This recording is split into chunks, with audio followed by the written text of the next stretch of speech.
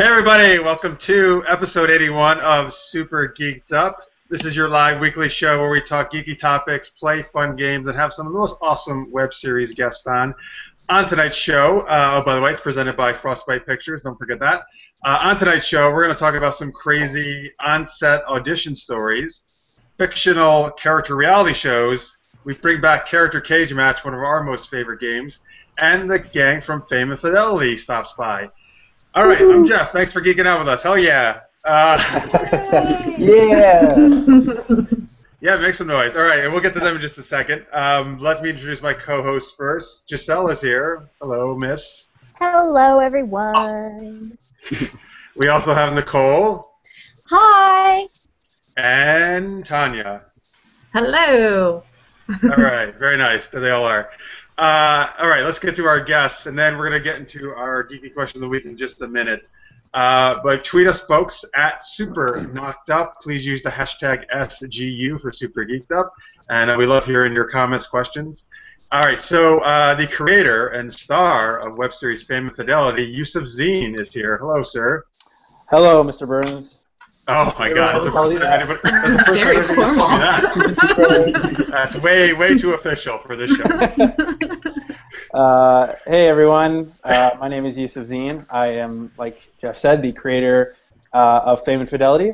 To my left, right, the two guys beside me are Kevin Young and Jamaal. Or you guys can just introduce yourself if you want. Okay. I'm Kevin, and I'm Jamaal. Yeah, I guess. Oh yeah, I'm DOP / director of some sorts for Fame Fidelity, and Jamaal. I'm production manager and one of the producers. Yep. And over there, without the lower third, you guys want to introduce yourselves? So I'm Suanna. I was another production manager on set as well. Hi, I'm Jimmy. What am I? I'm the clown. You're art and like PA and production manager. What she said. And on the far, last but not least, corner. Hi, I'm Eric, and I was the camera operator and a little bit of everything else. Yeah, and we are Fame and Fidelity. We are awesome. Cool, thanks for being here. Rec Room, yeah. Thank you guys for having us. I remember tuning in to Super Geeked Up like a long time ago when you guys had the team of Sexy Nerd Girl versus Valerie on, and I was like watching, and I was in the comments, and I'd be like, and it was before we made the show, and I was like, oh, it'd be cool to be on there one day, and here we are. Holy shit! I know you. I remember that. Do you remember that? And we were talking about like Fan Expo and stuff. You know what's funny? I didn't. They were like, "Oh yeah, Yusuf, he's awesome," and I didn't put any connection to like. That was me. When I met you in LA, that it was the same Yusuf, and that you were actually like a filmmaker in a web series. I thought you were just like a crazy fan. At the time, I really wasn't. Like, we were just making some YouTube videos, and I was a super hardcore fan of Sexy Nerd Girl and all those guys, and we hadn't even made the show yet, so it's kind of funny, you know. Oh my God, that's hilarious! I gotta go back and read those comments now again. I know. Yeah, so we're super stoked to be here. Cool. Yeah. Great to have you here. All right, so on Twitter already, sorry, Tanya, I'm just kind of stealing your thing. That's okay, that's all right. Yeah, Anthony Davis says, hey, everybody, and Crodius says, I was born in 81, so this episode is dedicated to me, right? Of course it is, sir. Yes. That's what I was going to say, too. I'm like, yes, of course it is. Yes. Definitely. All right, I'll stop. I'm gonna try to stay off Twitter. Tanya's gonna do that for the rest of the show. It's very difficult for me. All right, so here, let's get to our geeky question of the week. We like to kick things off with that, and then we're going to hear from Yusuf and these guys about Fame and Fidelity. And we're going to play some games with them later on. Don't miss that. Yay. All right, so because of Fame and Fidelity, and you'll hear about it a little bit later about what it's about, I came up with this question. And so I'm hoping Yusuf in particular has some good answers here. But I want to know, what is our craziest story from being on a film set or an audition or anything like that? You know, all of us are either, some of us are actors, some of us behind the camera, that kind of stuff. So Yusuf, because your series itself kind of has some interesting, crazy stuff going on in it with that kind of, from that perspective. Mm-hmm. Do you have any personal one you could share, like a really zany one?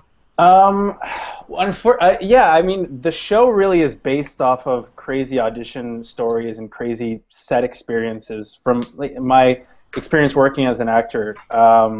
Because my background, I'm Arab and South Asian. I get called for a lot of really strange and like problematic roles. Like terrorist is definitely one that I get called for a lot. And it was what sparked the pilot. If you watch the pilot episode, there's a scene where I go into an audition and have to play a terrorist, and I've got like this fake gun, and I have to like point it at this guy and like pretend to assassinate him. And it just got really crazy, and we started yelling at each other. That was like based off a real audition. I think I was like 15. I went with my mom to the audition. We had really no idea what we were doing. And we went in, and Tanya's laughing because she knows my mom. And she was like, I don't know about this, Yusuf. It just said like child soldier. I was like, no, it'll be good. This is a good challenge for a 15-year-old. And I got into the room, and the guy was like, okay, so you're a child soldier terrorist, and you've got this Canadian soldier, and you have to assassinate him. But then it just got really weird, and it's like, so he just got on his knees automatically. It was just like a character choice, I guess. And they're just like, yeah, just pretend you have a gun in your hand, and just like start yelling at him, and start like making Arab noises. I don't know what an Arab noise is. And I didn't know what that was when I was 15. And then I'm just kind of, I start yelling at him. I'm like, I don't even know what I said, but it just went on for a good 5 minutes, and I was like sweating, and like he was yelling at me and swearing at me, and it was just like one of the most traumatizing experiences. And then after we're all yelling and just sweating and stuff, they're just like, okay, thanks guys, thanks for coming in, and we'll give you a call. And I didn't get it, which really bummed me out. But now looking back, I'm pretty thrilled that I didn't get it. But then a couple years later, I just when you reflect on that kind of thing, and that's not really like I've been on a lot of auditions very similar to that. And it came to a point where I just didn't want to do that anymore. Like I turned down an audition for Nikita just because it was the same thing, and I was just like, I don't want to do this. And out of that choice kind of came Fame and Fidelity, the choice to not conform to these kind of things that kind of don't go against your values. Like I didn't want to portray these kind of roles. I didn't want to pretend kill somebody like that and portray my race in a really negative way. So that audition scene is straight from the pilot, is straight from real life. So that was probably the craziest, but all right. Yeah. Nice. Unfortunately. All right. So how about let's go to another one of our actors here on the show, Tanya. You have any? I know you got to follow that, but it's. That was epically good, man. So, I mean, I guess similar, not similar, actually, really at all. You get asked to play a lot of Arab roles. Yeah, not really. But I mean, typecasting is alive and well in our industry. So yeah, that happens a lot. So some of you may or may not know, but this is not my natural hair color. But I did change know it. that. You didn't know that?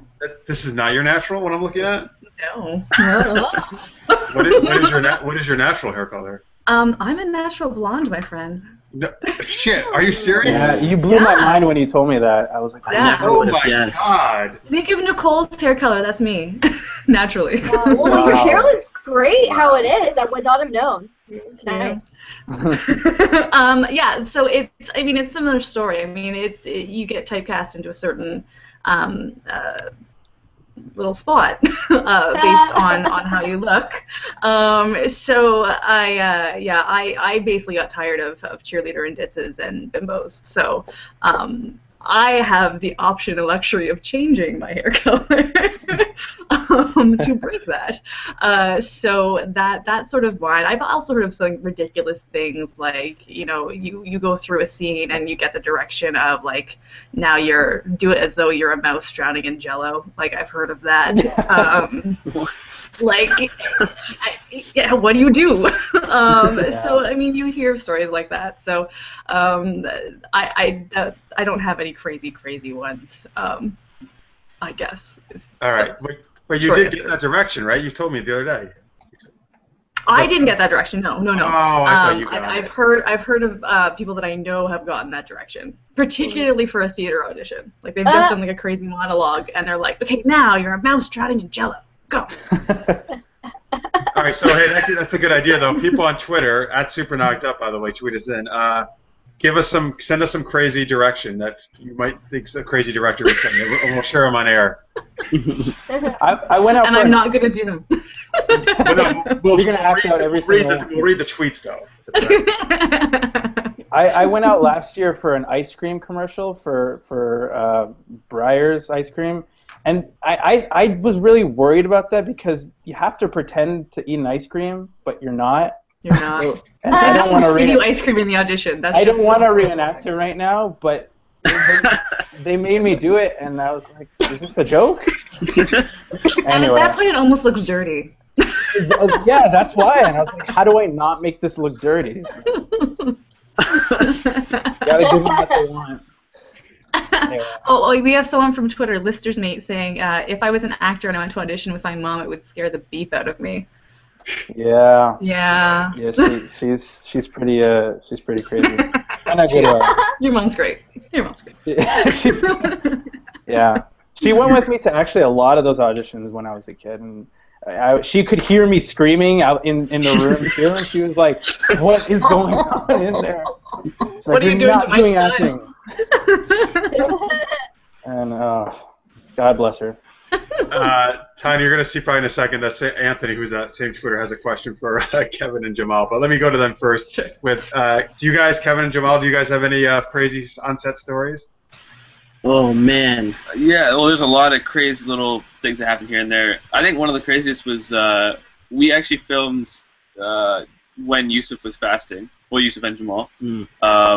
It just so happened that month was the month they were also fasting, and that was just when we filmed. First of all, last summer was super crazy hot. It was the hottest day. The hottest day of the summer, and that was the one day we filmed out in the parking lot, no shade, no nothing. Oh my God! And Yusuf was being chased by a car. That was when he was being slapped around by Lars, his acting coach. Yeah. And I swear you were gonna pass out. I almost did. Yeah. So that was episode 6 of Fame Fidelity, the second last episode. Yeah, and Lars Classington, who's a hilarious comedian, was chasing me around in this huge parking lot, and by the end of it was literally I think the hottest day of that summer, and yeah. By the end of it, and we still had the rest of the episode. We filmed almost the whole episode in one day, just because we only had Lars for that day. I think you hated me after that. After I kept saying just one more take, one more take. I mean, I think it was always the last one. Yeah. It wasn't that funny in the moment. It was kind of scary, actually. Yeah. Seeing someone just get chased around and around and around, panting like that. But it's pretty hilarious now. Yeah. No, not really. No, I don't find it that funny anymore. That was, yeah. Yeah. Hunter's Realm has a lovely audition story. He says he was supposed to sing a Bowie song for an audition, and he drew a blank and sang "Don't Worry, Be Happy" instead. Ouch. That's awesome. I wonder what the casting agents would just sit there and be like, oh, okay, thanks. They must have been like, thank you very much. Yeah. Go listen to Ziggy Stardust.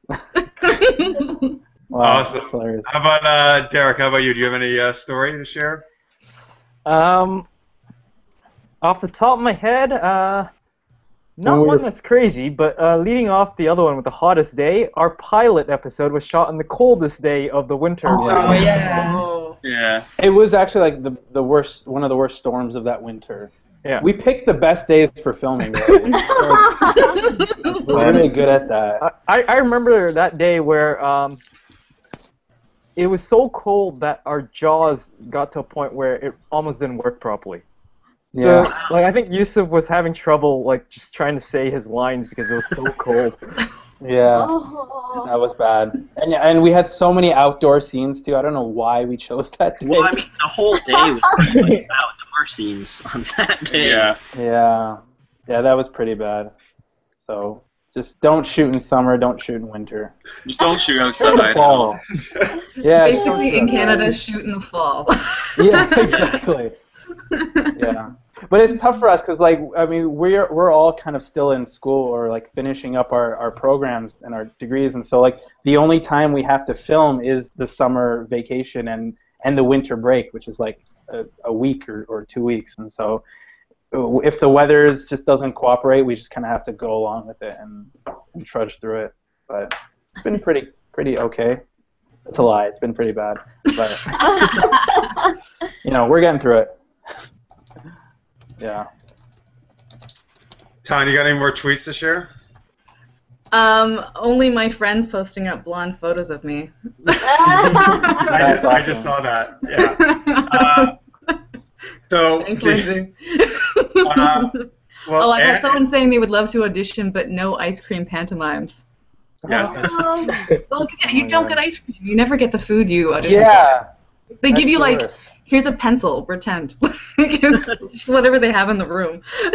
Yeah, it's pretty bad. Speaking of food, we have a lot of food bits in this in season 1, and like we had a lot of people. Like, there's this one character who doesn't have any lines. He just eats apples, and like it's this bit about I really hate when people chew loudly. Like, it's a big pet peeve of mine. And so this character's always around and always chewing food really loudly, and so we had to film like for the whole day. So he ate like 10 apples and like 3 bags of chips just to himself. And like this other actor who played my agents, like he ate like the sandwich and he just had to take 1 bite. And so we made like 15 sandwiches and he just took 1 bite of each one and we had to keep resetting it. So that was pretty crazy too. The amount of food we had was just for like one person was pretty crazy. So we have a couple of people tweeting in suggestions for crazy directing things during auditions. At Dezel says, do it as though you're a Shakespearean actor talking to a robot. Excellent direction. Love it. Do I have to do like big hand gestures when I do that? Is that? Yes, you have to, right. Okay, that works. Tony Davis says, crazy director ideas, act like a crazy lunatic who's seen too much of the Three Stooges. That'd be an interesting audition. That'd be nice. He also says, Anthony also thinks Kevin and Jamaal look like people that I've seen in The Big Bang Theory. I've gotten that before a lot, actually, more than I'd like to admit. I keep trying to shake it off, but oh my god, it I doesn't. just noticed that Sheldon and Raj. That's the best. And also Jessica De Los Santos is saying Kevin and Jamaal are wearing the wrong hats. You're not wearing Blue Jay hats, guys. Oh, Well. Yeah. Anyone can see that. You Way go to go, on a guys. live stream in front of millions of people and you don't Yeah. wear the right hat. Yeah. Well, fortunately, not all our fans are from Toronto, actually. Hey, we get very excited when one of our teams even just wins a game, okay? Oh my god. Or just when we see it, like when I went to LA and I saw like all the Toronto people, I was like, Toronto! Canada! And Tara at One Tara Rod says the miswearing of clothes in front of the green chroma key when it's a live show is fun. Yeah. Oh, yeah. That's good. Yeah. By the way, I don't know who this Lindsay person is, but I think she's great, Tanya, because she says she also has pictures of a drunk Tanya flipping over a chair. Yeah, see, those are never being shared publicly. No, Lindsay, please tweet Can we these get screen immediately. share? Tweet these screen share? super knocked up No. right away. No. Although I'm impressed that Lindsay's still, watching the show because, it's late. She's the one who said it was too late for her. So. It is. Thanks for watching. I'm impressed, Linz. I'm very impressed. All right, Giselle, any funny stories? Nutty stories? Yeah, one of the times when I was a PA on a set, the permit we had to film at that location had expired the previous day, but we showed up anyway. And so what happened was I had to be the lookout, and I had to hide in my car in the parking lot with a walkie-talkie and walkie-talkie the people inside if the police showed up so they could be like, oh, we're packing up our stuff. We're not filming, you know. So yeah, there was like, I kid you not, a good 2 hours where I was like shuffled down in my car like this, peeking over the window every once in a while. Wait, why did you have to hide in the car? Why couldn't you just be normally in the car?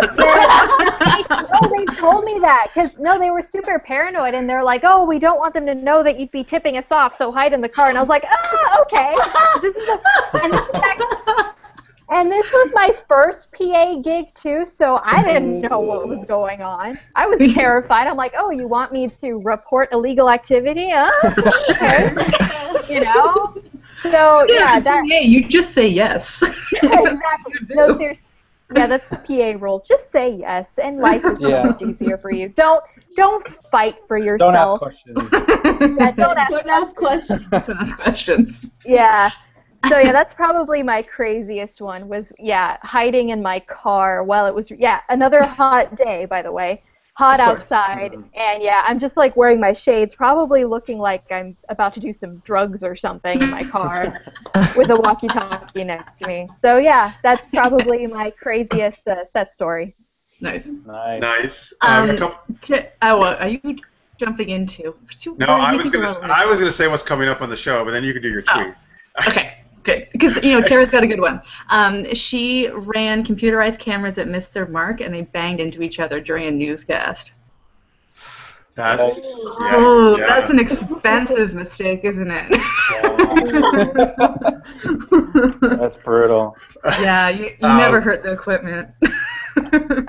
Charles Churchio says some direction should be doing an audition as an animated character like Porky Pig. That'd be fun. Anthony Davis has my favorite tweet of the night because I am not Canadian, so I think this is funny. He says, I thought the only acting in Canada was the kids in the hall in my Red Green show. Wow. Ouch. Wow. Have you not watched Canadian TV since the 90s? Oh my god. Come on. Yeah, I know, right? Although you're almost right. We have corner gas. We have. No, it's not on anymore. That's true. Yeah, that ended. They're making a movie. Actually, if you if you watch past shows of Super Geeked Up, we've had a lot of Canadian guests on our show. So Because we rock. Plenty of other Canadian actors on the show. All right, so Jimmy, Sue-Ann, you guys. Oh, he's gone. Okay, I don't know. He's doing Jedi mind tricks over there. All right, I have to actually plug in my laptop. I will be like 5 seconds. Okay. All right, so Jimmy, Sue-Ann. Okay, now tell us stories about Yusuf that he's gone. He's a real jerk, right? You bet. He's a real jerk. No, I'm kidding. It was fun on set with him. It was stressful for sure because I think it was just. We've never handled so many people at that. Like, it was just our first time doing everything, and it was kind of just a surprise. But it was fun. Pretty hectic. Was that the first day? I would say it was more when we were doing the opening, with the guns and all of that. Yeah. That was like, yeah. because we were hiding too, because we didn't want anyone to call, because we were right beside a fire station. We were worried that someone would see the guns and call on us too, like call the cops or something. Were you hiding next to Giselle's car? Yeah. Like, what are you doing? Yeah, we're hiding too. Oh, that was you, Car. Hey. Yeah. That was crazy. Yeah. Not to mention, like, I was dressed as a terrorist because that was just the scene, and I had like a bomb strapped to me, and I was holding like an assault rifle, and we definitely were just like ducking down. Okay, cut. Okay, everyone inside. Yeah, that was fun. All right, cool, folks. I'll share my story, but coming up, we got Character Cage Match, one of our most favorite games, so definitely stick around for that, and we're going to do some more geeky stuff and hear more about Fame Fidelity. All right, so I will share my story. Keep tweeting us, by the way, at Super Knocked Up. So back on when I did my first short film many, many years ago, I decided it would be a good idea to shoot in the downtown area of where I live on St. Patrick's Day. That is not a good idea at all. No. Okay. When you're shooting outside, it's an even worse idea. So these two gentlemen, strolled up to us, very inebriated, and one of them said he was the Lord of the Dance, and he started doing Irish jig.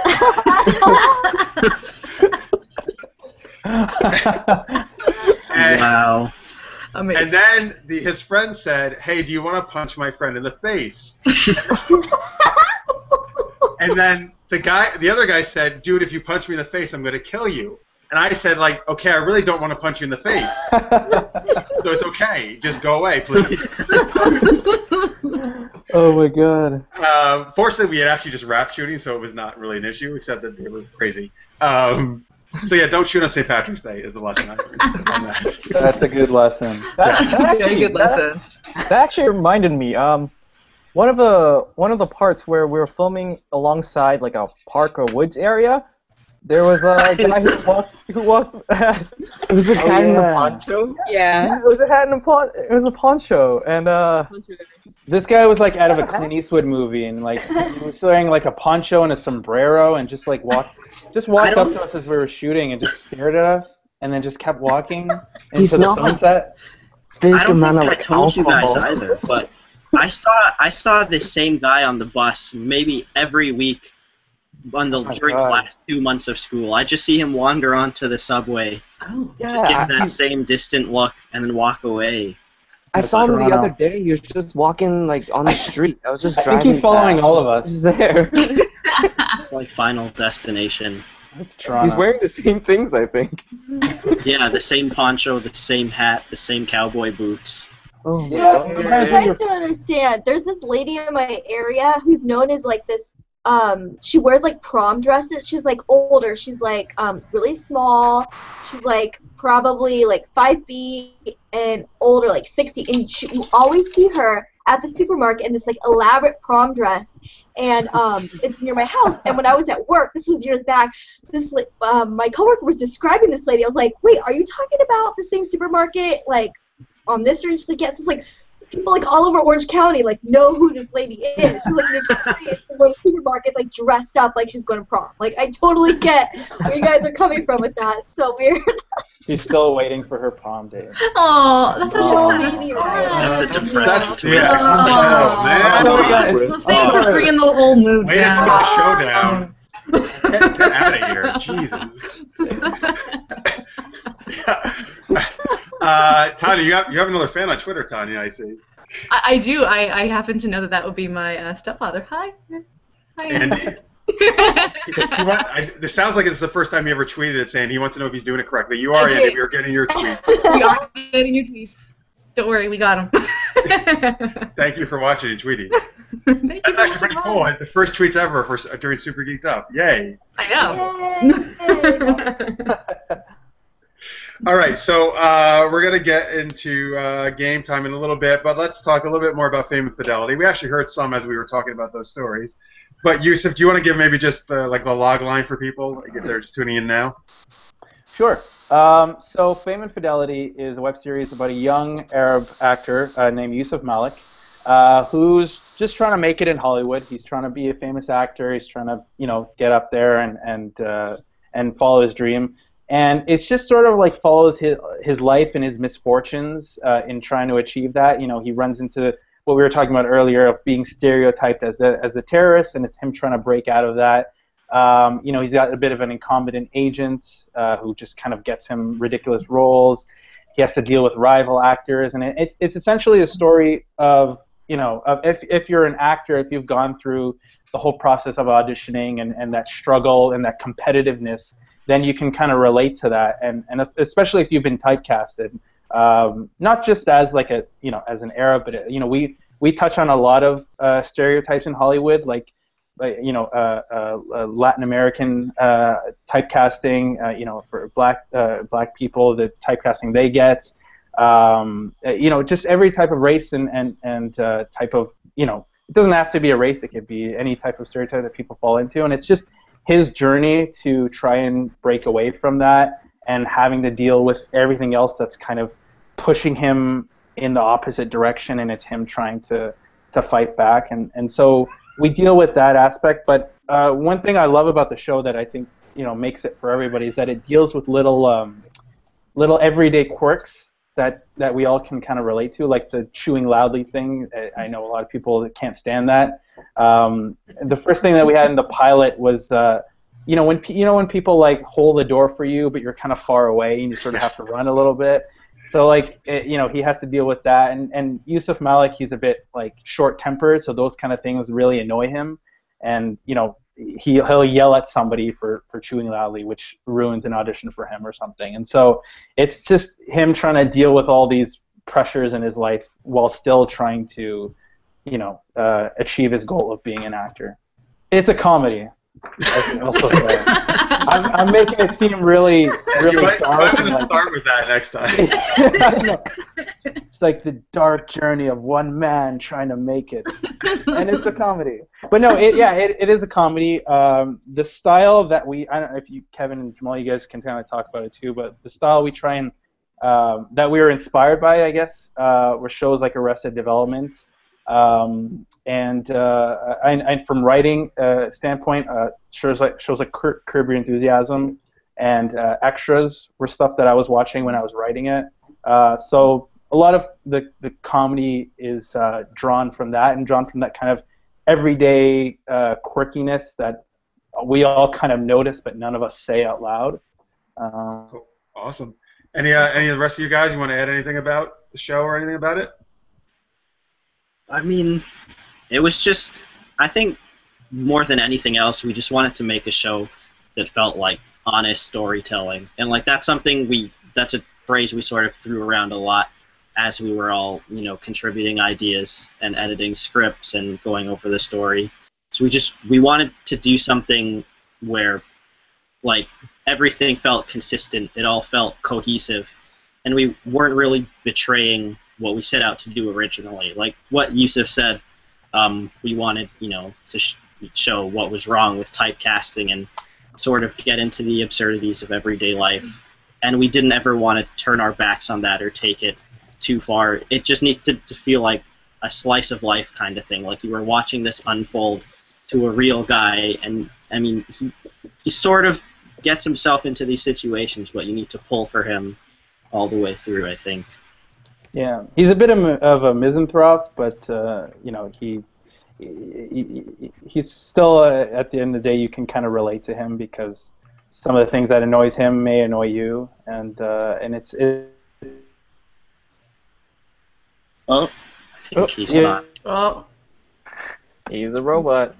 We've lost another one. And that is the secret reveal on the show. He turns into a robot. Skynet. Hello? Yeah, you're back. Oh my god.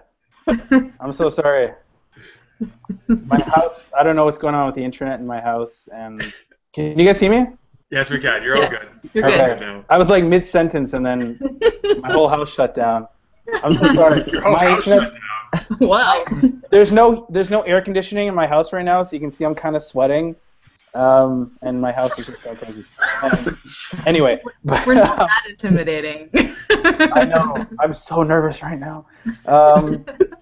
I forget what I was saying, but Well, tell us this. Tell people where they can check it out and how many episodes are up and all that stuff. okay. So you can check it out right now at youtube.com/entertherec.room. We have a playlist with the whole season, including the pilot and the gag reel and the teaser and all that stuff. So youtube.com/entertherec.room. But I should say, before, just quickly, we as Rec Room are making a change to our channel. So right now it's just sort of a hub for all our shows. So we've got other shows and short films on our channel. But we are making the change to kind of become a multi-channel network. So instead of Rec Room being the hub, we're going to expand and have each show have its own channel, which we maybe should have done from the beginning, but it's kind of a learning curve for us. So very soon, hopefully in the next month or two, you'll be able to go to youtube.com/Fame Fidelity just for Fame Fidelity, and we'll put up all the behind the scenes and extras in there. But if you want to watch it right now, it's youtube.com/entertherec.room. All right, awesome. All right, so before we get into some news and game segment, let's talk about our co-hosts here and the stuff they do briefly. Giselle does a show called Defective Geeks. Tell us about that. Yes, so Defective Geeks is a blog, a podcast, and a bi-weekly live stream run by self-proclaimed lady geeks. You can find us at defectivegeeks.com. We also have a YouTube page and a Twitter. And yeah, just come check it out to see what goes on in the life and minds of self-proclaimed lady geeks. Because that's what you want to know, for sure. Absolutely. Yeah, I do. Nicole does a show called Progress. Yes, it's a steampunk web series. It takes place in 1888, where there's a steam-powered internet and Jack the Ripper has access to it, and you can check it out on YouTube, progresstheseries.com, Twitter. We also have a spin-off series, and we just launched a teaser video for it today, so check out our YouTube page after this, and Giselle's in it. And I have to say, Jeff, you skipped me on that first question. I'm really upset about it, because I actually have the answer. Did I do it again? Yes, you did it again. Jeff. Come on. But I'll make it really fast. I'll make a really fast thing. Just for an audition. And this was like a theater audition, actually. It was like a theater festival, and you auditioned to try and get like multiple shows. And I did my audition. You had to bring in like a comedy monologue or whatever, and then they're like, oh, so what we are asking everybody to do is we're going to put on some music and we need you to dance like you're a zombie. And I'm like, wait, what? Really? And it actually ended up being like super fun. And I don't even remember what I did, but I remember making everyone laugh. And that was actually really fun. But that was like one of the weirdest things, I think. Like, dance like a zombie, like, I don't know, like, what, you know. That was cool. Just do Thriller, man. I was going to say Thriller? But that wasn't like something that was on. Yeah, you said got it, man. That's all I know is just the arms. Like, that's it. That's awesome. I think I think it was actually you had to dance like you're running away from a zombie. I think it was like both, because I remember there was a part where I acted like I got like a cramp in my leg and like stuff like that. So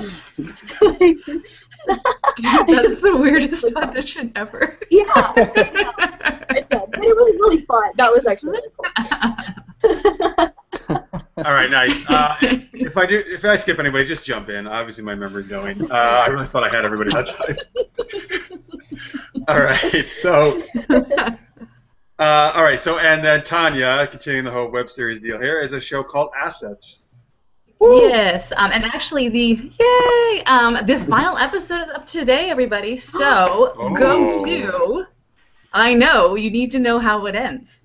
Go to jts.tv/asset, and you can watch the whole thing right now. 15 episodes, right? 15 episodes. You want to hold the gun. You want to tell what it's about? Oh, yeah, it's important. It's about just a regular guy, Canadian, who unknowingly gets recruited by the CIA to infiltrate a Russian arms cartel. Dun, dun, dun. All right. I do a show called Super Knocked Up. Necrodius sent in a tweet. I'm going to read his tweet about it instead of telling you my usual spiel. Necrodius describes Super Knocked Up. Super Knocked Up is a show with a guy and a chick, and there's a baby, and the guy is not the mama. Good enough. Nice. Oh, and it's a comedy. Actually, really well done. I need to know from that. Yeah. Yeah. Thank you, sir. I actually do have a question from Anthony to the guys from Fame Fidelity. They want to know if there is a difference between an internet celebrity and a non-internet celeb. Like, okay, so like a celebrity versus an internet celebrity? Yeah.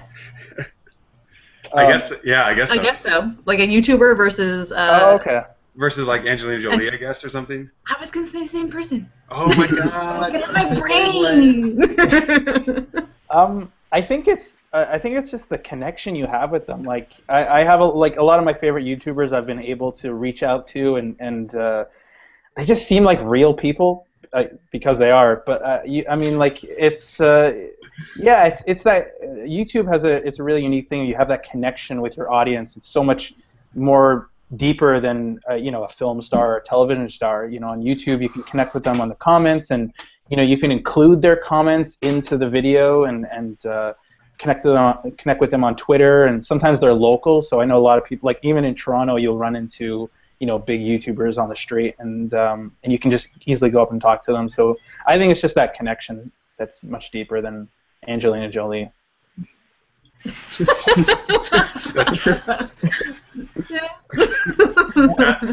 I totally agree, sir. That's a great point. I love that part about the web series world. I think they might have got a little dirty with that. I'm not sure where their minds were going. But, come on, guys. No. That's not. I don't even know what it was. I guess that's a good thing. Don't worry about it. Yeah, I think it's good. Anybody else want to chime in on that? Their money. I think you said that. What? They have millions and we have hundreds dollars. Cents. That's true. So they can, yeah. No, but we I think us as non-millionaires get to, we have to figure out how to do things like web series without a budget, really, or without much money. So I think that's where it was, at least for us on Fame Fidelity, we had to find ways to do things because we didn't have the money, right? But yeah, it helped us learn and grow as filmmakers. Cool. Sure. Awesome. Cool. Thanks, Anthony, for the question. Good question. Thank you, Anthony. All right. So before we get to our game time, let me share just a little bit of news, which is exciting for us. Super Knocked Up, Super Geeked Up. We got nominated for 2 awards this past week. Comic Uno's Geeky Awards. So we got nominated for Best Live Show for Super Geeked Up, the thing you're watching right this minute, and for Best Social Network Page for our Twitter page. Nice. Yes, so very Congratulations. exciting. Thank you. Yeah. Thank you. Here's what you can do if you're watching. Please go vote for us. All you got to do is, and I just tweeted it out, go to the link I just tweeted out, which is Comic Uno's the YouTube nomination video. In the comment section, all you got to do is write Super Knocked Up / Super Geeked Up Best Live Show Best Social Network Page. Just put that in the comments. That'll count as a vote for us. And you got till Sunday at 2 p.m. Eastern Time to vote. So we would really appreciate it. We would love to win either or both of those. And thank you for whoever nominated us. I think it was somebody had to nominate us, so that was awesome. Nice. Right on. Thank you. Thanks. That's awesome. Thank you. And folks, in 2 weeks from today, we're going to debut the new Super Geeked Up. We got some changes coming up, some exciting stuff. So I'll talk more about that next week. All right. So if you're watching the recorded version, we're going to take a commercial break right now. We'll see you back in a second. Okay, it is game time. All right, no, the waving was too late. We're back from commercial break. Welcome back, everyone. Welcome back from commercial break. All right. So we're going to do a game called Character Cage Match. Actually, Giselle, you were one of our game masters today. Why don't you tell people how it works? Okay, so Character Cage Match. The way this works is that I and Tanya, are you also providing characters for Character Cage Match? I am. Yes, all right. Well, Tanya and I, we're both going to provide you guys with 3 characters. Each round has 3 characters. You're going to go into teams, and then you're each going to have a designated character, and you have to argue as to why that character would totally kick the other character's asses if they were in a Character Cage Match. I got this. I got this. Wow, very competitive early out of the game. Yusuf and Jamaal actually did this with me at LA Webfest. I had them doing this. They've done it before. Oh, you guys are experienced. All right, so you're veterans of Character Cage Match. I lost. We have a show similar to this on our channel called Fiction Face Off, where Jamaal and Kevin and I we pick 2 characters and we battle it. So it's a lot of fun for us. Yeah. Very cool. Oh, I wonder if the characters you pick will be characters you guys have already talked about. I hope so. That's true. I hope so. Let's do it. All right, so Giselle, I guess let's we split the team. So you have 3 characters, right? Yes, 3 characters. Okay, I don't know how many people are here. 1, 2, 3, 4, 5, 6, 7, 8, 9, and not including Giselle. All right, because she's not going to she's going to give this one and then judge it. All right, so let's do. All right, so Jamaal and Yusuf, you got to be separated because you do it too often together. And actually, so you guys, all right. No, don't do that. So let's go. Jimmy, Sue-Ann, and Yusuf, you're a team, all right? Okay. Okay. All right. We get the Yeah, we get the veteran. Kevin, Jamaal, and Nicole are a team. Okay. Yes. Right? And then Tanya, Derek, and me are a team. All right. Nice. All right? There we All go. right. Exciting. Nice. All right. So, the characters for round 1 of Character Cage Match. It's going to be a showdown between Doctor Who, Superman, and Thor. Oh my god. Oh, God, guys. That's all Yusuf. That's all Yusuf. Oh, yeah, wait. I think he's got a prop. Sonic screwdriver. I did not know. I did not know Doctor Who was going to be on this. Excuse me, sir. Is that a sonic screwdriver in your hand? Yes, ma'am. Did you just whip out a Sonic That is screwdriver? awesome. Literally just whipped it out. Yeah. He walks with it everywhere he goes. Watch, I don't get Doctor Who on my team. well, actually, just you get to choose. Do you want That's Doctor the thing. You get to choose. If it's okay with Jimmy and Sue-Ann. All yours. Sit back. I'll take the Doctor. All right. Well done. All right, who, so who takes Superman and Thor? Jamaal, Kevin, Nicole, who do you want? I like Thor. All right, sounds good. So we have Superman then, right? Yep. Yeah. All right, so we'll go in the order of choosing. Yusuf and Jimmy and Sue-Ann. You have to argue Doctor Who. And anybody. So I guess Yusuf, you can start it off, and then they can jump in at any time. So just argue why he. Why would Doctor Why he Who would win this battle against the other two? Mm-hmm. Okay. Pretty self-explanatory, but The There end. you go. The end. the end. All I gotta say is one word: the TARDIS. I mean, the Doctor, he is not really he's not a fighter. He's not like a warrior or anything like that. Although he did fight in the Time War, but he has the TARDIS, travels through time and space. So, if Thor and Superman want to try anything, Doctor's just got to get into his TARDIS,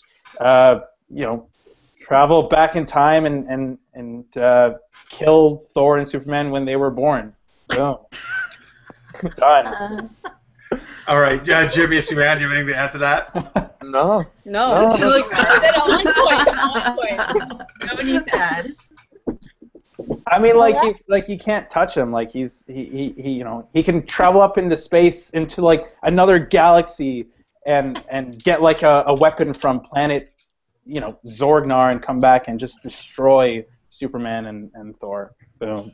All right. Done. Lindsay also agrees just because of reasons. The Doctor, because of reasons. Yeah, that's an excellent explanation, by the way. Because of reasons. Yeah, it's Just reasons. reasons. Just It's reasons. Yeah. Dezzles agrees that Superman would be knocked out straight up because there's bound to be kryptonite in the TARDIS. Pretty much, yeah. Absolutely. All right, so let's go to the Thor team. Take it away, guys. Why would Thor win? Who wants to kick this off? This is all you. What? You chose it. Nicole, would you like? Oh, okay. Would you like to start us off? Okay, I will just say, Thor has the hammer, and he could destroy the TARDIS with it. So, I mean, yeah, you could get in the TARDIS and all that, but bam, done. You're over. History. Bam, done. All Thor has to do put the TARDIS on the floor, and then put the hammer on top of the TARDIS, and then it can't move again. Ever. He's stuck. No, because the can't- TARDIS can just the TARDIS doesn't have to. It's not like a ship. It doesn't lift off. It can just it can just But then disappear. the moment it lands, Doctor Who is still stuck in there, so he's just going in circles. But he's for the saying rest of eternity. it just dematerializes what It you. dematerializes, and then the hammer will just fall on the floor. No, the hammer will fall on the TARDIS. And then I'll just land That's right back on physics. top of Thor. That is what physics would say. No.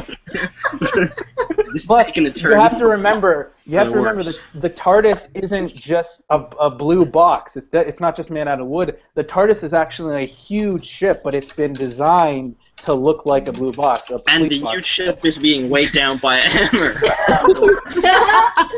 No. But Or, no one else can open. You know what? Thor could just weigh down Doctor Who with the hammer. So. Ah, even better. Yeah. He can't even get in the TARDIS. So.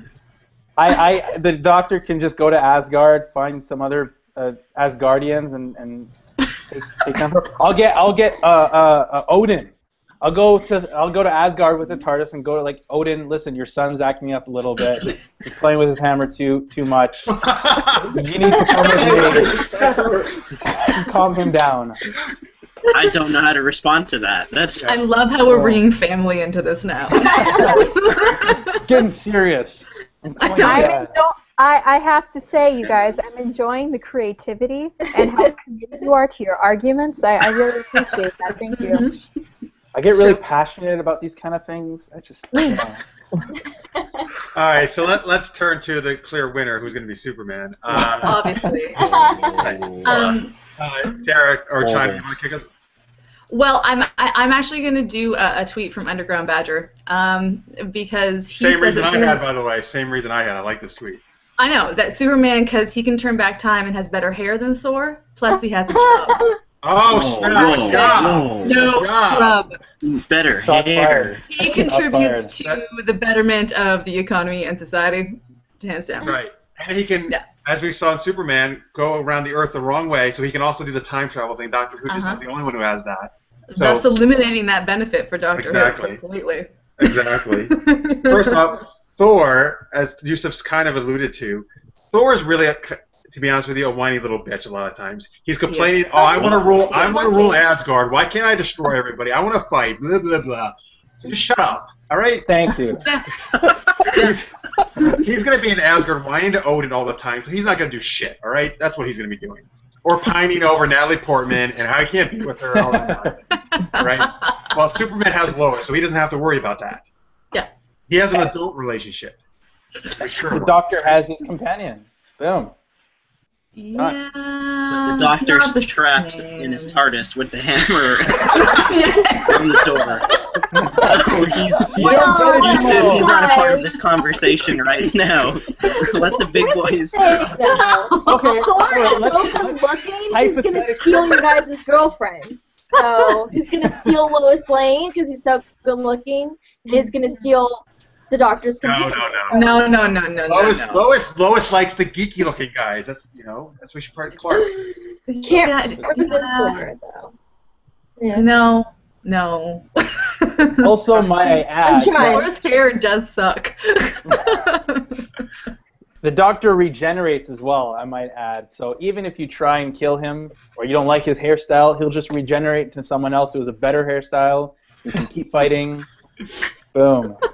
How did this argument become about hair again? It's always about hair, Jamaal. It's always about hair. Derek, I'm sorry, Tanya, did you have anything to add about Superman? I think sorry, I'm talking about trying to add the Derek. Actually, I'm sorry, Tanya, because That's okay, dude, whatever. I answered. He's like the original. I know he's not really the original superhero, but he kind of is. Like, he's the classic. He's always gonna win. Like, hands down, always gonna win. That's just what it is. That is his story. That's true. You can't defeat that. Oh, I would just argue that his super speed, you just can't catch him in the first place. Rendered useless next to the TARDIS.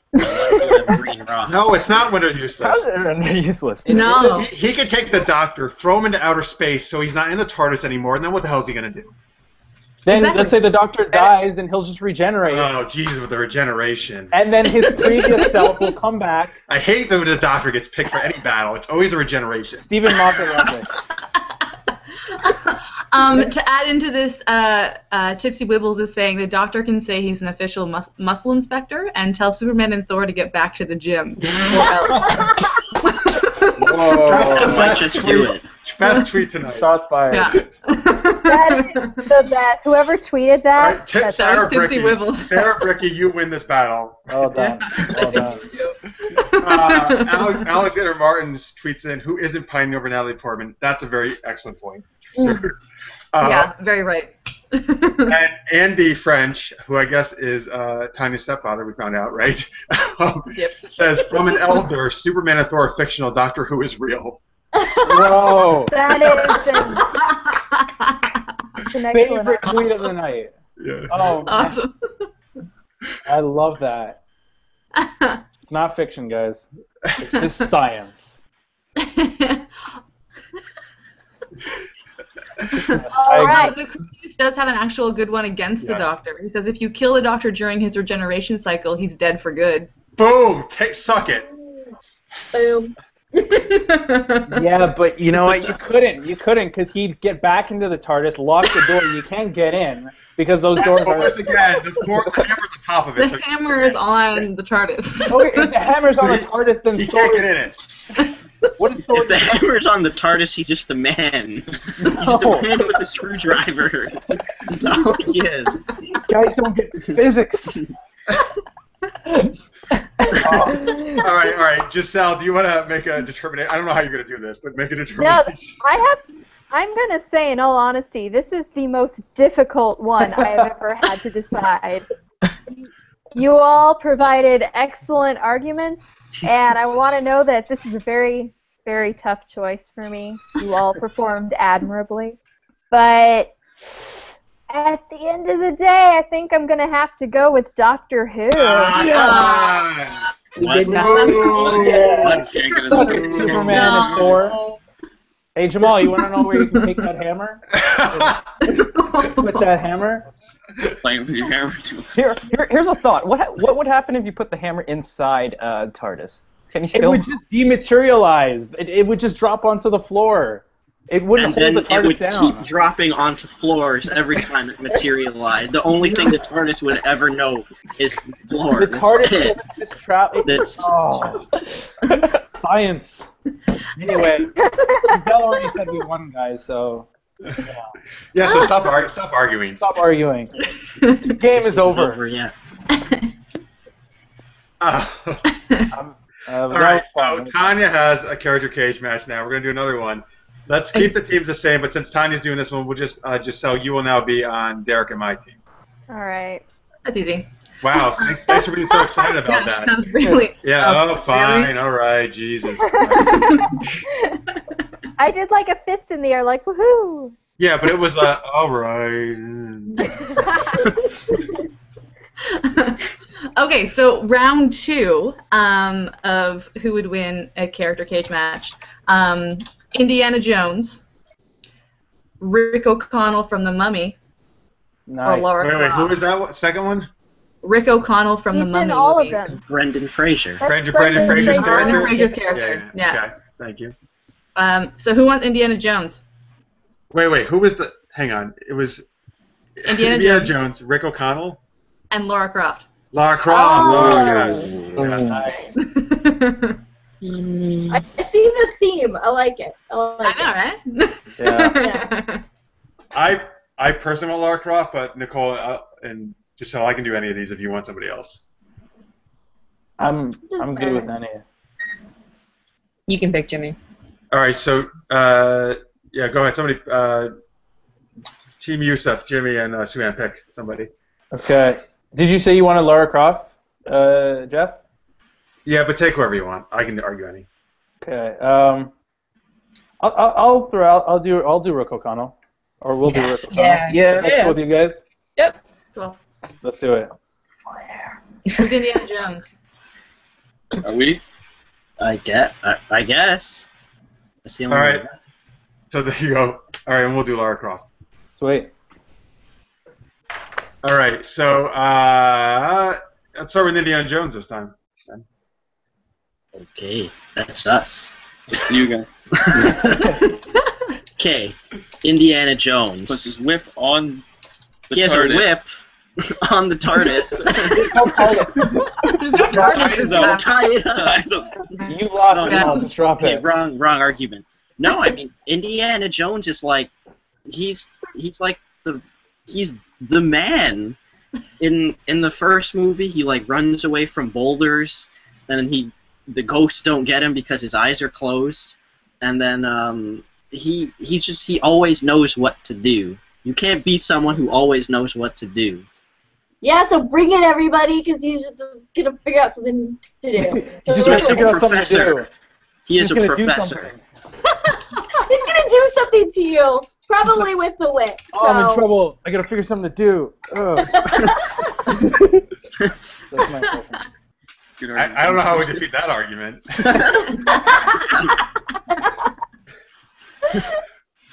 Is that anything else to add? Sean Connery is his dad. Nice. I don't know if that counts for anything. Again, with the family connections. All right, so let's do Lara Croft. Actually, hey, Tanya, did you get that quote from Lindsay? Because I think she says it all.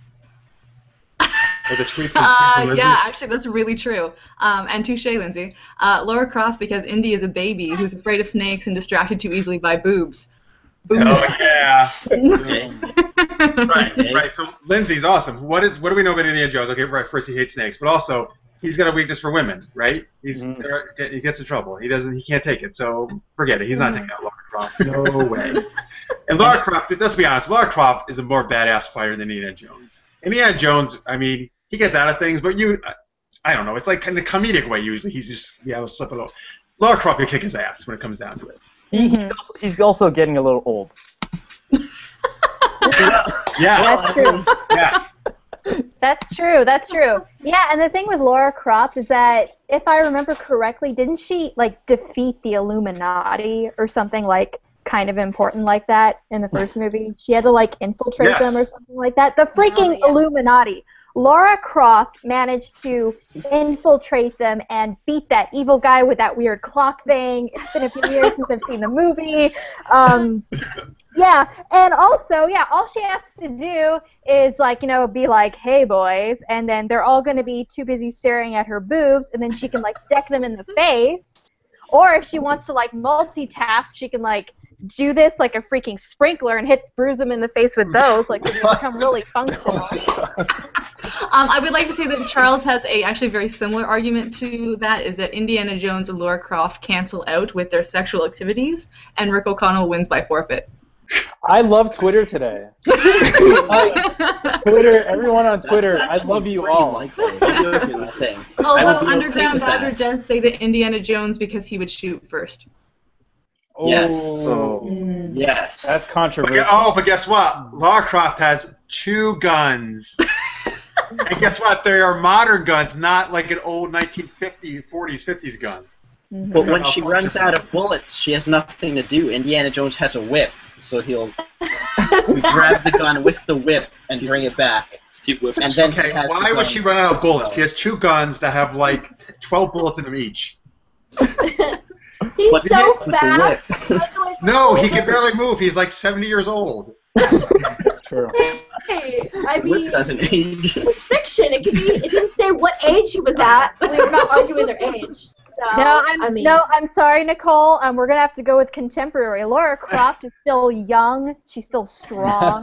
They keep rebooting her. They just rebooted her, right? She's 18 years old now. If that's the case, if she runs out of bullets, then she would have a bow and arrow. If we follow the newest one.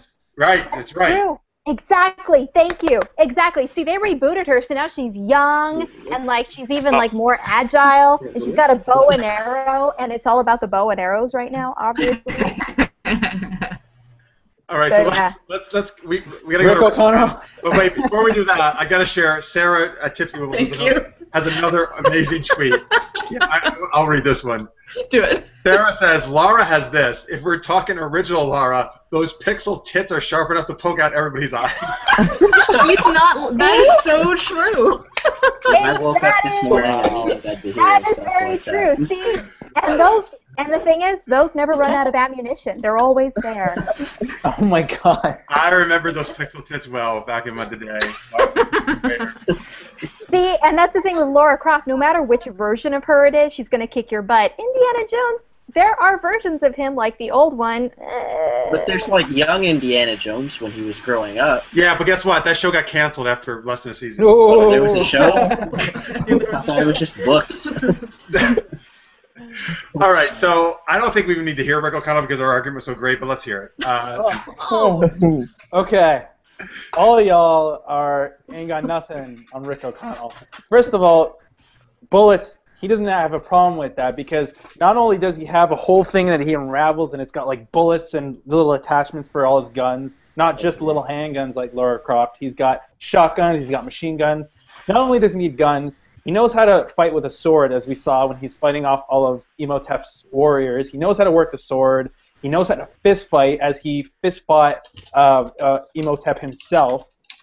He doesn't have a problem with women because he's got Rachel Weisz. He took down the mummy, the emperor. Took down the Rock. Yeah, he took down the Rock. Exactly, he took down the Scorpion King. You know, like single-handedly. I didn't see the third ones. I did some Chinese emperor he took down freaking Jet Li. Yeah. Exactly. Oh, that's badass, actually. Yeah. So Rick O'Connell is kind of like the alpha male of the adventurer traveler. He's not distracted by women. He has a multitude of skills when it comes to combat, and I mean, you know, that smile is just, you can't beat Brendan Fraser's. I don't know. But yeah, that's my argument. Okay, if Rick O'Connell didn't have the Medjai warriors with him, let's be honest, The Mummy would have been a 5-minute movie. He had. It would have been 5 minutes. It would have started, and then he would have died, and then the credits would roll. He had one Medjai warrior with him. The rest of it he did on himself. He had the but whole that guy army. was that guy was the kick-ass one, not Rick O'Connell. I would argue it was that guy's movie. Rick O'Connell was a supporting character in his own movie. He just helped him out a little bit. Rick was the one that killed the Scorpion King. He killed Imhotep. He killed all of Imhotep's warriors. He saved Rachel Weisz, I forget her name, from Imhotep's, whatever her name is, from his wife. Yeah. And so he's really the star of it. All his other sidekicks are just there on the side to help him out and get him to the enemy, which he obviously always kills. Everyone else, and plus, like, he wears like comfortable clothing too. Lara Croft, she's got like that tight clothing that holds her back from everything, and Indiana Jones. She wears a tank top. She wears a tank top and shorts. How can you get more comfortable than that? I was about to say that is so functional. Well, it's like, but there's no pockets. Yeah, no pockets. She wears a belt with utility stuff. You need pockets. Indiana Jones is always going, like, if he loses his hat, even if there's like, you know, something dangerous in front of him, like, he has a satchel. He has a satchel that he walks around with. You know what? Indiana Jones is whipped. And he. Boom. Let me just say that if you measured the ass-kicking abilities of everybody in the Mummy movies, Rick O'Connell is probably on the lower end of that scale. He is the ass-kicking in that movie. Let's face it, because in the second one, his wife is like some reincarnated princess, and she's really badass in that one. She's like number 2 after the Magi, I think. She's got the swords and stuff. Mm-hmm. Yeah, but Rick knows how to fight with a sword too, and I'm sure he gets practice with his wife. Do you want to know what would happen if Rick tried to fight with a sword against Indiana Jones? He'd just take out his gun and shoot him. Bang! Not even. While Rick was showboating and swinging his sword around, just bang. Rick's got a gun too. Rick's got a gun too. All I would have to do is just shoot off Indiana Jones' hat and just be like, "Where's my hat?" And he just go look for it, and then I just shoot him. He cares so much more about his hat than his life. With the whip.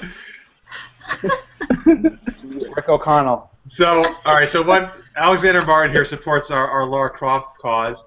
He says PlayStation Lara hypnotizes all comers. Jolie Lara Croft defeats all, and reboot Lara will soon be a homicidal maniac. So, there you go. Any Lara Croft will win, is what he's saying. Although Underground Badger is also saying that if Indy can survive the Crystal Skull movie, he can survive anything. Yes. Ooh. Yes. That's Put it right. up Your there. son is Shia LaBeouf. Deal with that.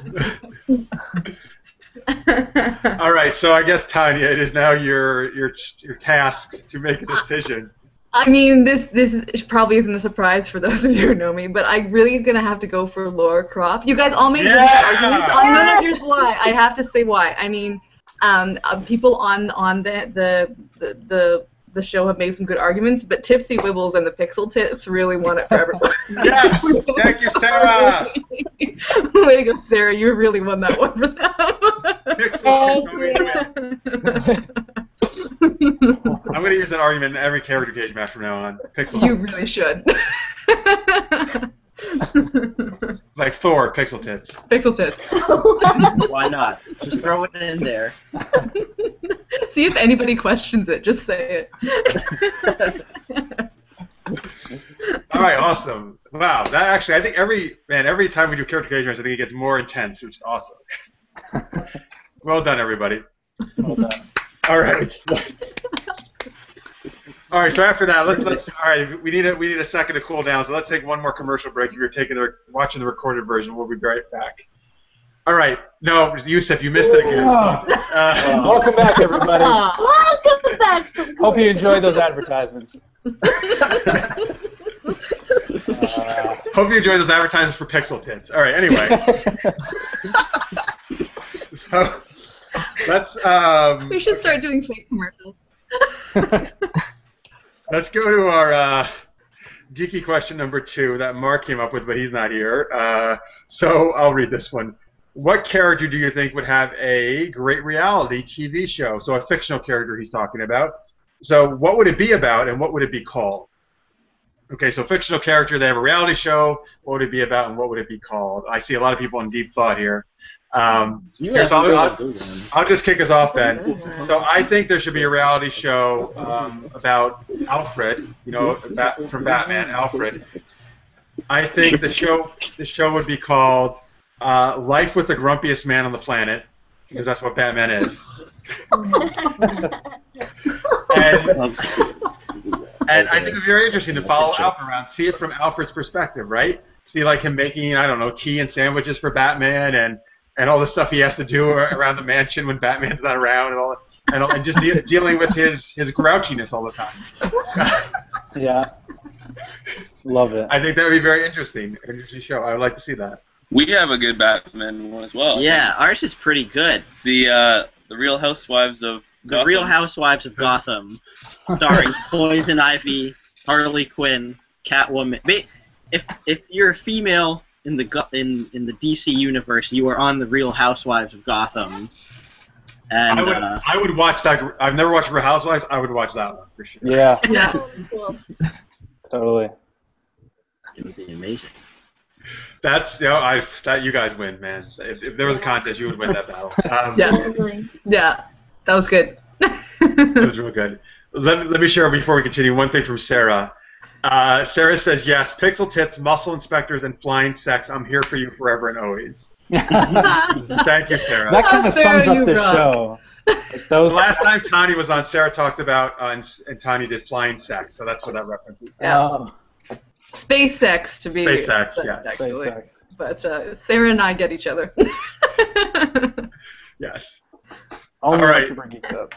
So Yusuf, what show would you choose for the fictional character reality show? I had a friend. He's a comedian in Toronto, Nick Pattison, and he made this short film called The Life of Aquaman. And it was like this documentary about Aquaman and how he was always shunned from the Justice League and how no one ever listened to him or took his advice and like he was like the outcast. So I think it'd really be funny if we did like kind of like a reality show on like the life of Aquaman and like Aqua Boy and seeing how like what it's like to be with the Justice League and how they just don't listen to him and just ignore him and how he just goes to bars every night and drinks and because I feel like he's just a very he's kind of the black sheep and no one really cares about Aquaman and I think he's never been able to tell his story and share his thoughts So I feel like his reality show on E would be very appropriate. So yeah, Aquaman. For sure. All right, to make sure I don't skip her this time, Nicole, what's your choice? Oh, well, I think we've had this question before, and I think the first time I said I wanted to see Luna Lovegood in a reality show, but this time I was thinking I want to see Trinity from The Matrix in a reality show. That's and a shocker. I think it would be like shocking, right? I was thinking it would be kind of like a Dog the Bounty Hunter, but like person of interest kind of thing. So she would be kind of like hunting down like cyber criminals. But I don't really know. I don't have a name for it, so maybe Twitter can help me. I'm not sure about the name, but that's kind of what I was thinking. That'd be an awesome show. And Derek?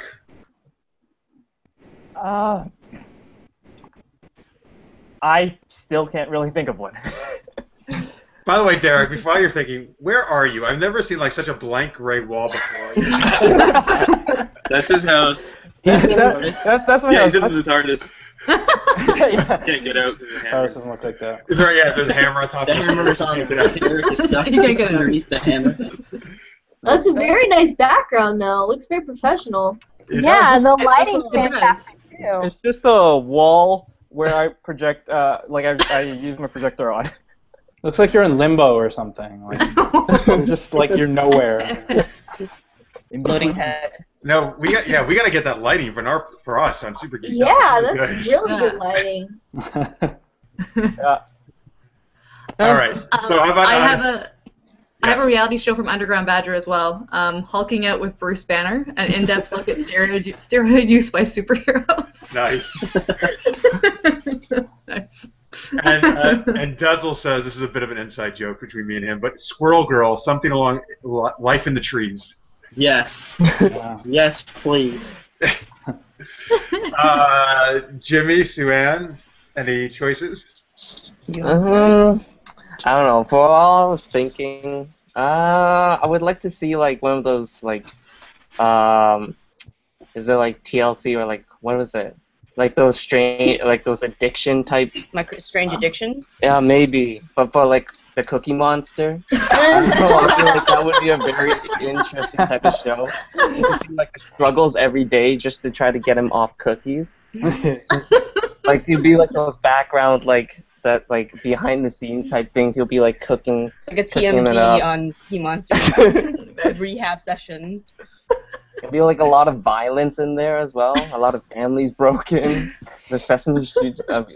Sesame.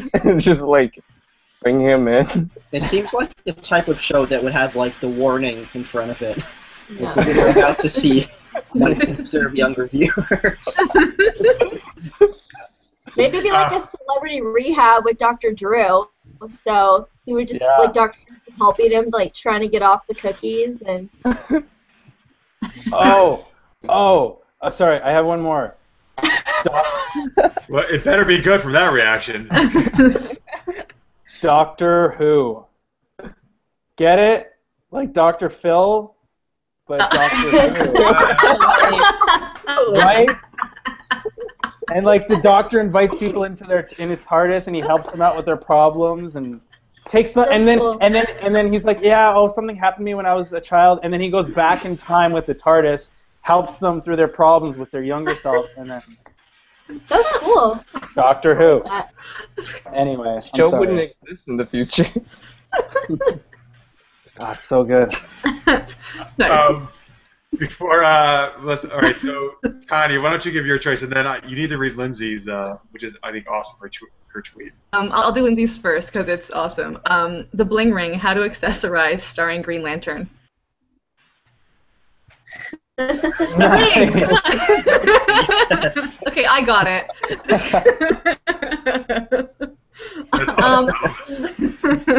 In a similar vein, I would do shopping with Tony Stark, because what he could Supermarket Switch. like just literally like I feel like buying this entire store because I can. It'd be cool. Nice. Giselle? What about you, Giselle? I had two, and it's hard for me to decide which one I like the most. Just do both. Okay, yay. So the first one, I don't have a clever name for it, but it'd be a reality show following Deadpool around, just being like totally crazy and like just like seeing his shenanigans and like I just imagine him like accidentally killing crew members and cameramen all the time, you know, and just being like, "Oh, my bad, sorry," and then just going on about his business like, "Derpy, derpy, derp, I'm Deadpool." And it'd be his dream because he'd get to talk to the camera all the time, and he'd have an audience. I was gonna say he'd be totally aware of what's going on. Exactly. He'd be like breaking that fourth wall all the time. So that was my first one, and then the second one would be a reality show, kind of like the style of Parks and Recreation, except it's about the city planners of Metropolis and how much they hate their job. Yeah. Shit is constantly being destroyed, and it's like every day they're just like looking at the news of Superman beating something up and destroying a building, just like, So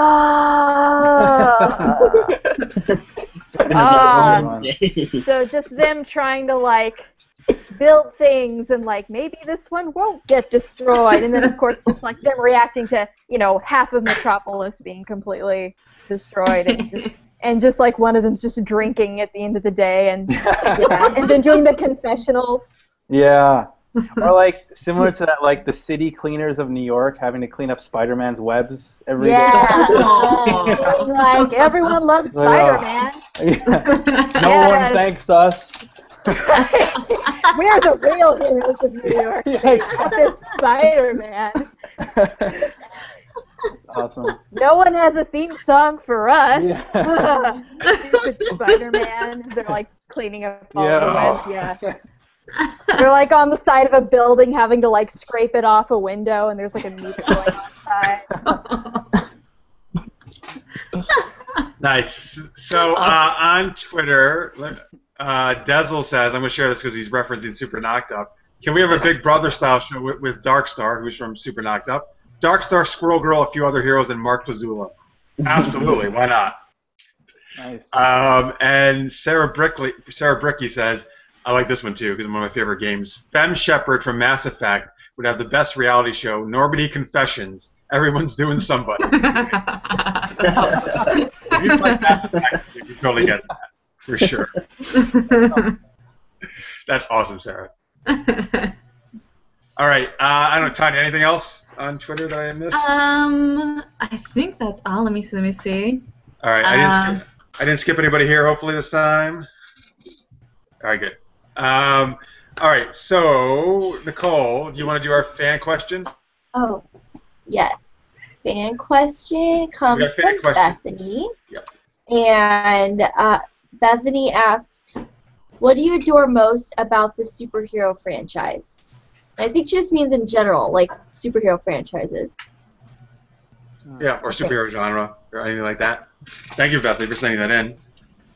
So, Kevin, Jamaal, you seem like superhero fans to me. I mean, it's like when the Avengers came out, me, Kevin, Yusuf, and a few others went to midnight to go see it, and to this day, it was probably like one of the greatest cinematic experiences of my life. Because, you know, everybody's dressed up and everybody's so pumped up. Well, no, not everyone. Yusuf was dressed up. Yusuf was dressed up. As Captain America. As Captain America. And, you know, during the action sequences, people would stand up and they would clap and everybody was cheering. And it's like, I walked out of that movie shedding a tear because, like, I grew up, like, I was into comic books and all this stuff since, like, I can't even remember, probably since the day I was born.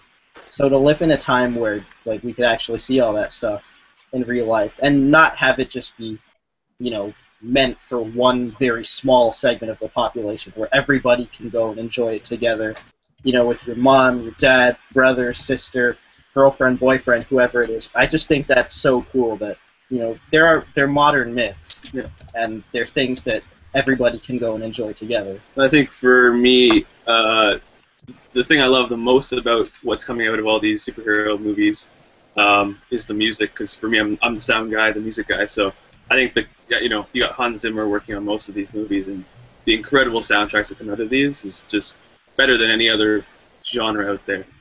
So I really love. I got tons of vinyl records of Hans Zimmer's work and stuff. So that's what I love about all these superhero movies: the soundtracks. Nerds. Nice. Sorry. Doctor Who sucks. That's awesome, man. I'm with you. Giselle, how about you?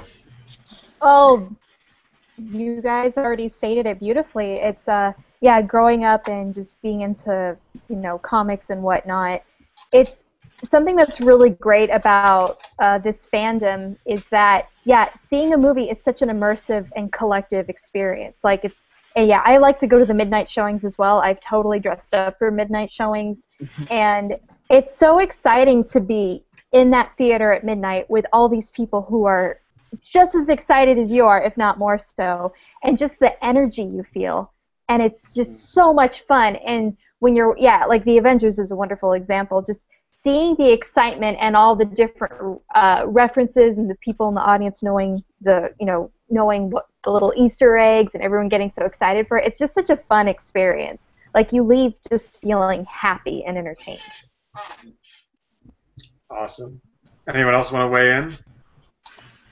I think for me, I was never really into comic books. I think what has done for me is that it has actually opened up that whole world. It's made it more accessible, so you kind of have an idea of what's going on in that world. So I think that has been very nice with the whole superhero franchise, is that it has opened up to a lot more people who may not read comic books, and then also drive them to read the comic books, if that makes sense. And I think also, like, comic books and that whole the superhero franchise, going off the idea of accessibility, is now accessible to all ages. Like, it's no longer like comic books are just for kids. Like, if before it's like, oh, you read comic books, like, grow up, But like now you see a lot of adults, reading comic books and going to see the Avengers. And I think it's great now that we've shifted. And I think it's kind of like nerd culture or geek culture in general has kind of shifted into not just being very niche for a certain amount of like kids. It's for everybody, for all ages. And I'm glad that we're there now, and I hope to be 50, 60 still going to see. The Avengers movies are still picking up graphic novels, and I think we are in a time right now where that is totally happening. Yeah. There's a couple of actually really good tweets coming in about this as well. One is from Hunter's Realm, and he says that strong stories are about true heroism, virtue and what's right over just being a badass. It was really, really good. Underground Badger says comics are modern-day folktales. They teach life lessons and reflect our society and the problems within. Wow, we got some smart people on Twitter. That's awesome. That is deep.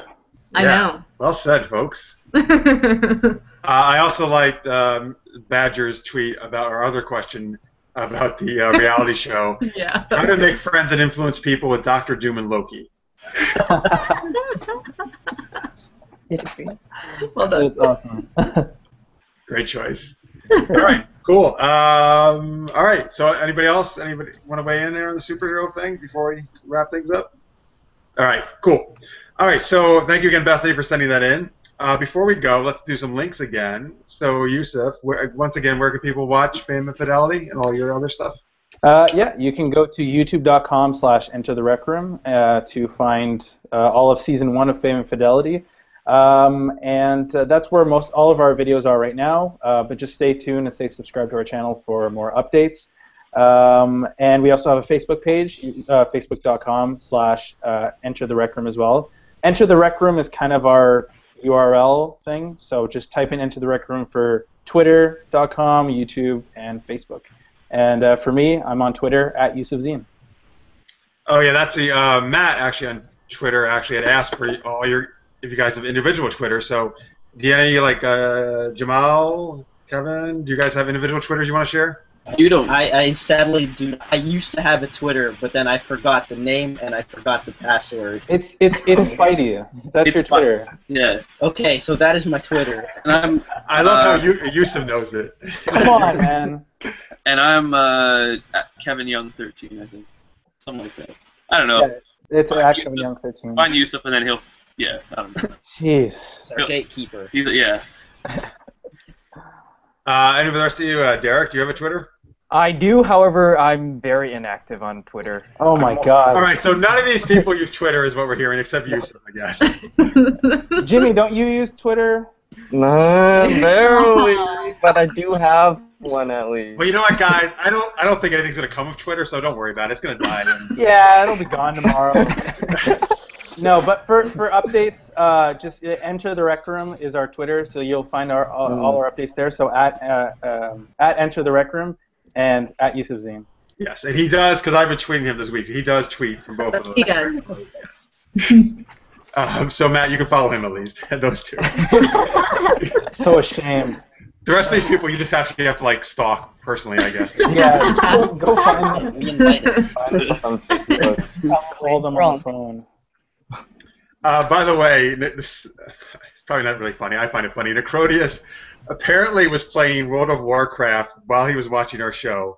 And he was supposed to be healing people, but because he was watching your show, he screwed up big time and pissed off the Guildmaster because he didn't heal the people he was supposed to. Oh. You don't want to piss off the Guildmaster. That's not good. One for team.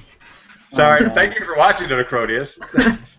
Just tell them all to watch Super Geeked Up, people you're playing with. They'll understand. Just tell them to watch the recording. They'll know why.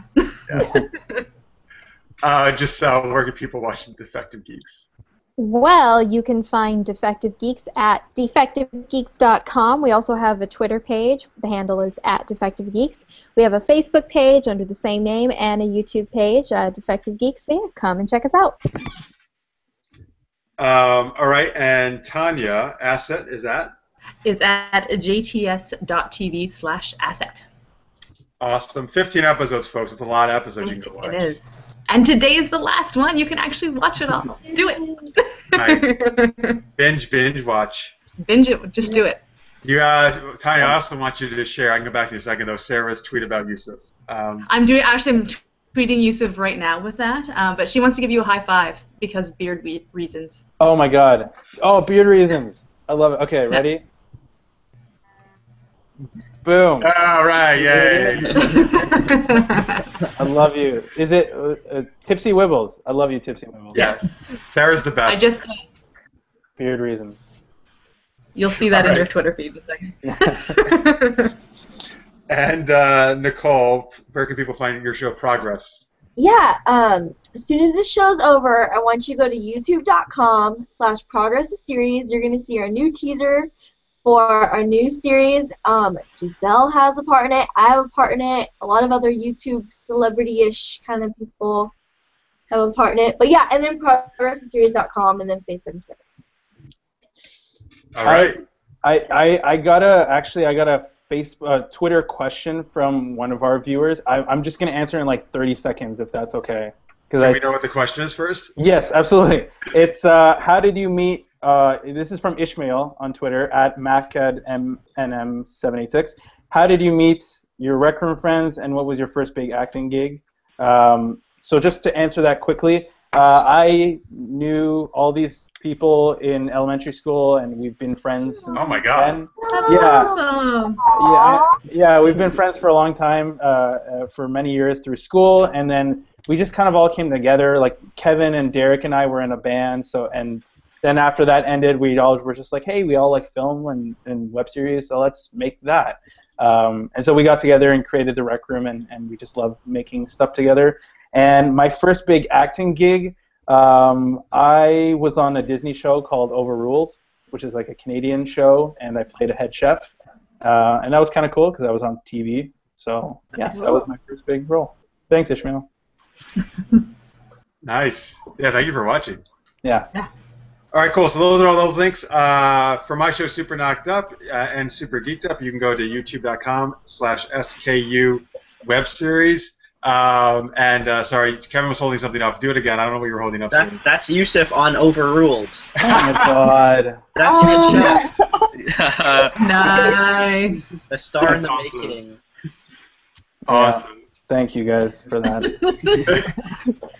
All right, but yes, please. Friends are awesome.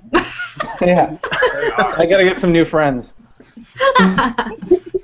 You still need that drunk Tanya pick too.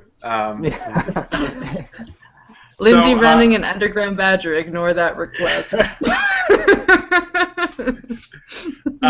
Please subscribe to the channel you're watching right now, SKU Web Series on YouTube, or you can go to superknockedup.com, and that's the same thing on Facebook and Twitter.